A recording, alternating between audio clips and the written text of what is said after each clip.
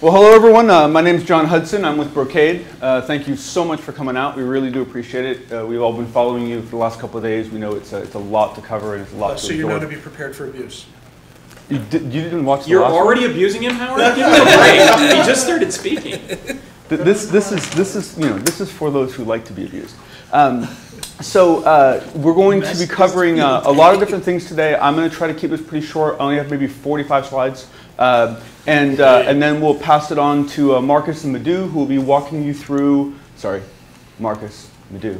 We'll be walking through a series of hands-on demos where hopefully you can actually, really get a feel for how some of this stuff works and kick the tires a bit. So, storage, where the wild bits are. We make a lot of different stuff. Just want to kind of give you an idea of how much stuff it is we make. But today, we are talking about storage stuff. So what we're going to focus on is everything we do as it relates to the moving and storing of bits. This covers everything from encryption technologies to anything from NFS, CIFS. I wasn't going to say it, and then Stephen got on my case the other day, and he's right that Microsoft's been doing some nice stuff. I'll warrant that. FCOE, fiber channel, and so forth.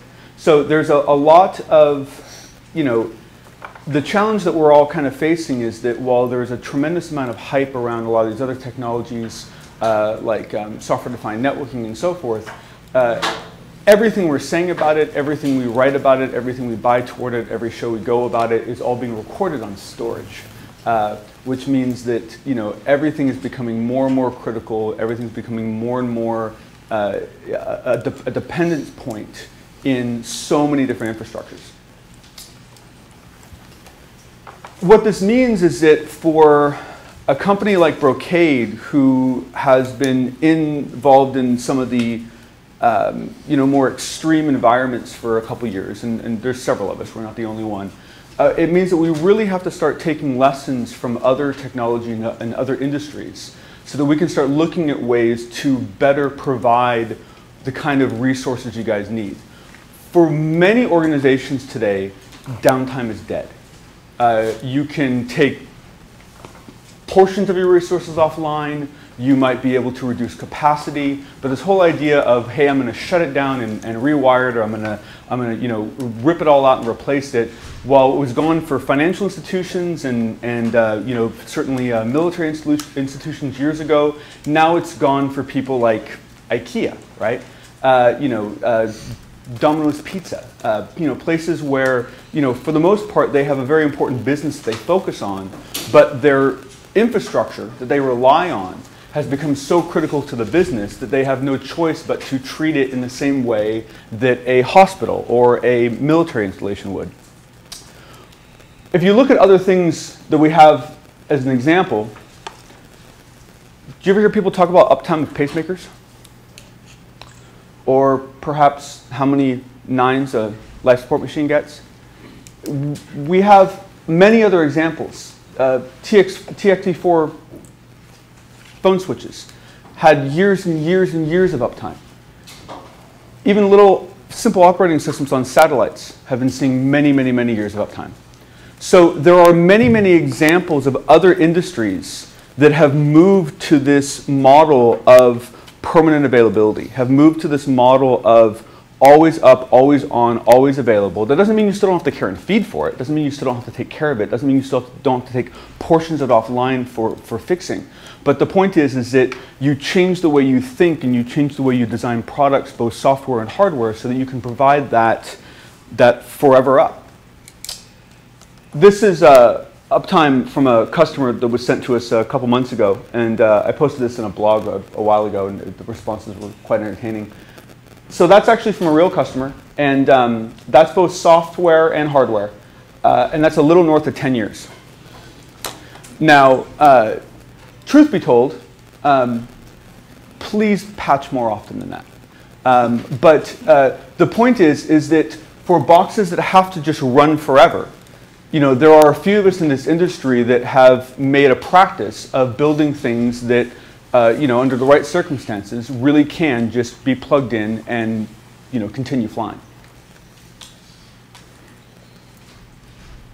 When it comes to fabrics and where this has kind of brought us and where it's taking us, this is not a new thing, right? This is not something that necessarily we invented. This is something that is for the most part, a very standard evolutionary path for a lot of technologies. You look at phone switches, you look at backplanes on systems, you look at the PCI bus in your PC, you look at even bus and tag to SCON to FICON. You have this progression of, you do it by hand, you do it point to point, you start, multi-connecting it into a bus, you get a little fancier with some matrix type technology, and you move to a switched fabric. I mean, the first switched fabric from a public acknowledgement point of view was a phone switch in New Jersey in 1965. I mean, it was all based on the Charles Claw stuff from '53. So this is something that is a kind of a natural progression for a lot of communication-based technologies. And it's kind of cool. So the whole idea is that you have these any-to-any, always-on environments where you're not sacrificing bandwidth. It's also certainly a little fashionable right now. If you look at, go on to Google and do a search for fabrics, you'll get that guy.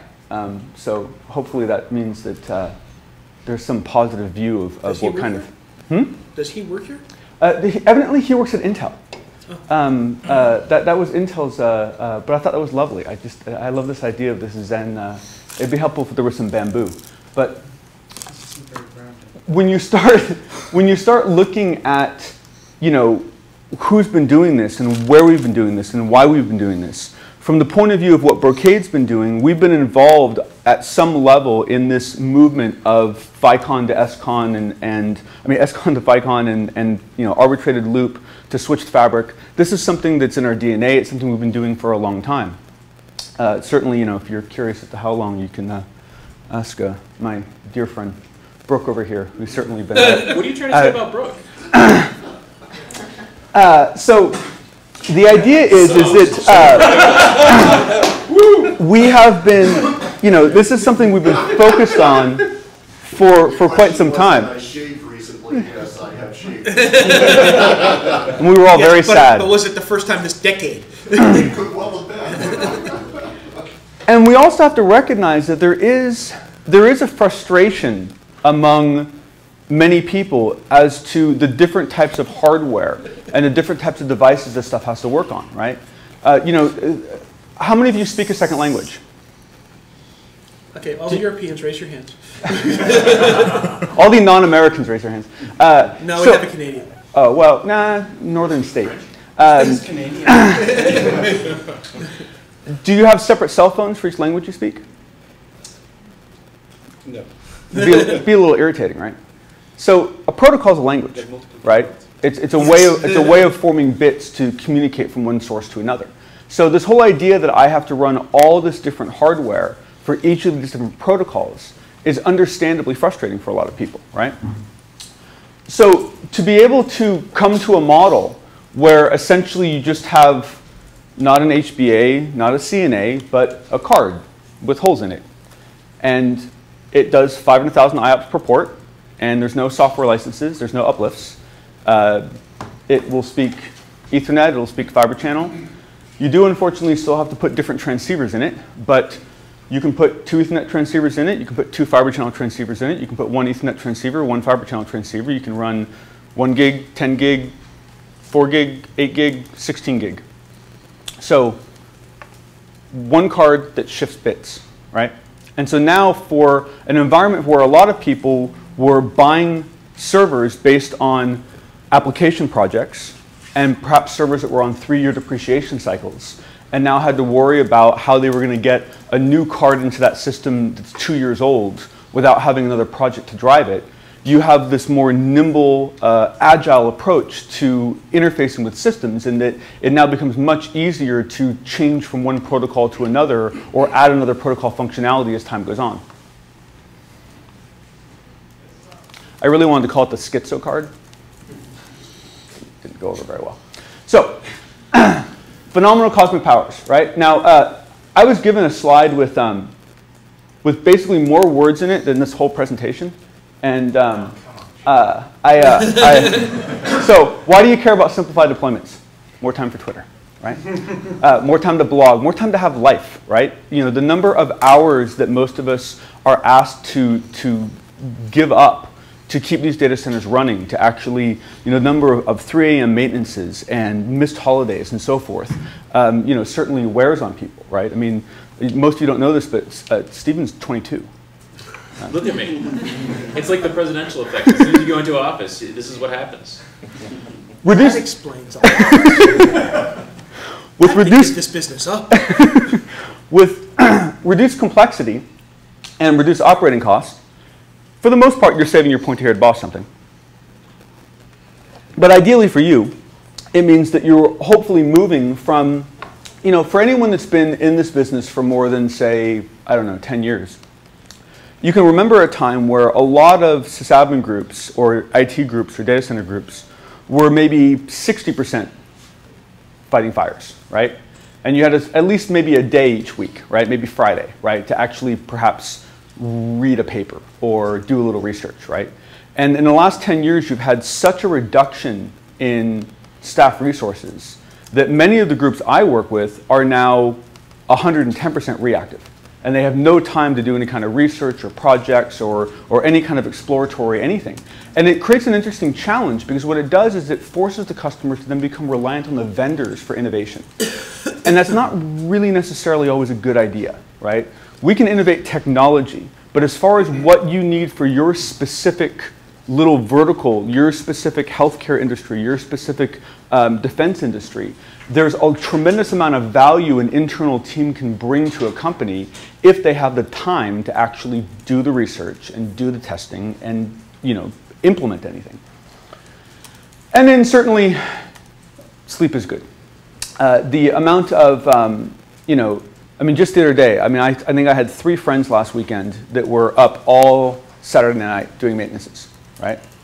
And they were up all the same Saturday night last month and the same Saturday night the month before. And, you know, it's not exactly good for you. Dynamic server provisioning is about virtualization. And everything's better with virtualization. So the challenge does become, though, that worldwide names, very much like MAC addresses, are this very kind of static concept, right? This very kind of, you know, this is where it lives and this is where it physically resides. And in an environment with virtualization, in an environment where you're perhaps changing out hardware frequently, in an environment where you have a lot of you know, rotating cycles of employees and so forth, it become very challenging to map this very kind of agile, software-based world to this more rigid physical identification system. And so the ability to not only you know, provision worldwide names, but push them out to have them all set up before the HBAs arrive. So you can, you know, create everything, create all your zones, do everything you need to do, and then basically when those HBAs show up, then you push those worldwide names out. And then optics. So the challenge is the unknown, right? The challenge is, I'm okay with complete failure, right? If it just doesn't work, that's fine. It doesn't work. It's the, well, it kind of works. Or it always worked except for that one time yesterday, right? You know, these kind of transient, you know, fluffy sort of problems that end up being very difficult to track down and very difficult to deal with. And the number of customers that I've talked to over the years that, you know, anything goes wrong and the first thing they do is swap all the fiber cables. If that doesn't fix it, then they swap the transceivers.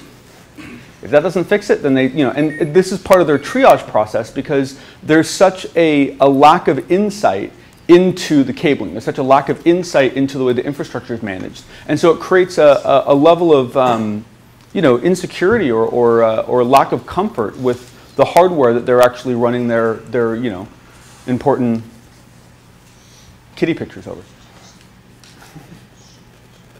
So the basic idea is this. We ship fast bits on fast chips, and we make tools to manage them.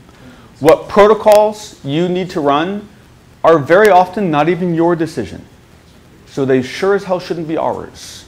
I mean, the number of times that I actually got to choose what protocols I run versus what was dictated to me by either budgets or staff or applications or politics. I mean, I can tell you the very first time I ever deployed iSCSI was because the company I was working for got a new board member that worked for an iSCSI company. And so the CEO came down and said, hey, we got this new guy on the board. We're going to bring him down after lunch to show him the iSCSI environment. And I said, I don't have an iSCSI environment. And he said, yes, you do. So shortly after, I had an iSCSI environment, right? This wasn't a careful analysis of protocols that led me there, right? It was the environment I was in. So ultimately, we may have a need or a want, or certainly have the ability, if you so choose, to give you opinions and knowledge and backgrounds of what other customers do to say that this application works better on this protocol, or this application works, is easier to manage on these two protocols. But ultimately, if you say, I need to run this with CIFS, it's, how many would you like, right?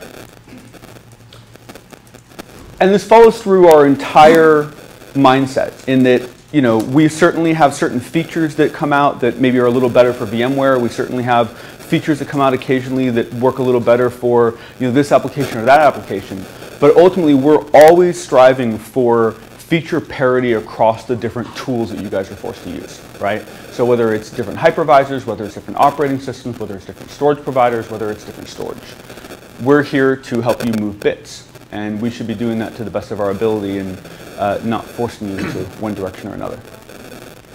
So with that, and to the comment of viciousness, this is what happened last time. Ivan actually was throwing lightning at one of the poor guys. So we certainly understand the more vicious That side. is Emperor Ivan. If you can't see that photo, it's totally worth seeing. I'll send you all a picture. It was actually really amazing because I'm not very good with Photoshop, and Well, that was Photoshop? Apparently you're still not good at it. Ivan could do that. Ivan actually did that hand movement naturally. Like that was part of his, so it actually worked very well. And we're done. So we are going to be looking at VCS fabrics for iSCSI and NFS. We're going to be looking at how slick the fiber adapters are. Sorry, that's the card with holes in it. We'll be looking at dport and ICL and forwarding error correction. And there will be a 5-minute break between each two of them. But the idea is for you guys to actually get into the muck of it and kick the tires and try not to melt anything down, but certainly play with it and see what you can figure out. So before I move on, can I answer any questions? Your slide previous to that one talked about you provide the tools to manage. Mm-hmm. I have a bit of a gripe that you don't provide tools to troubleshoot, and then I potentially have to go to third parties such as virtual instruments and people like that, or even have in-house tools that will go and pull SNMP data from multiple switches and pipe it into a spreadsheet. And when you have most of the data but you don't provide a tool for me to really look and troubleshoot problems. So to a degree, I would agree. Insofar as there are a lot of third-party tools out there that have the resources and the energy to develop some very, very, very slick tools that I liked to use. I mean, I embarrassingly still carry a fiber channel analyzer in my car.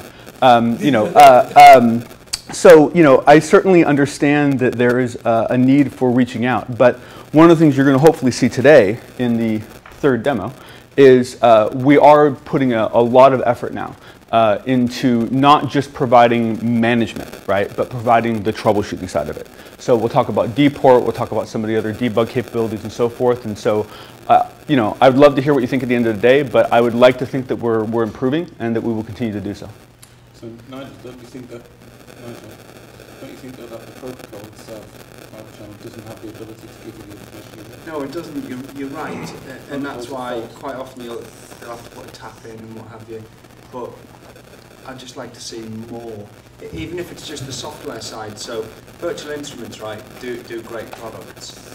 But the software side of the product, all it really does, as far as I'm aware, is goes and scrapes information off your switches and puts it into. Yeah, and actually, GUI. I mean, I would actually disagree, Chris. I mean, while Fibre Channel itself doesn't have any kind of cool OEM built into it, because of the speed and resiliency that has to be provided, we have to process quite a lot in the chips, and a lot more of that could be exposed. And that's hopefully what you're going to see later today. What I was meaning, sorry to I don't want to diverge off on that, we'll talk about it later, but is you do an end-to-end I/O, you don't get anything. Oh, yes, yes, yes. Here's a breakdown Yes. of what happened during Yes, that yes, yes, install. agreed. Yeah, there's, So Yep. that has to and there's be no real guessed. in-band manner. Yeah, Yes, all sir. that has to be guessed from Yep, yep. averages and stuff. No, and the thing is that from a transceiver point of view, from a chip point of view, there's always more that can be done.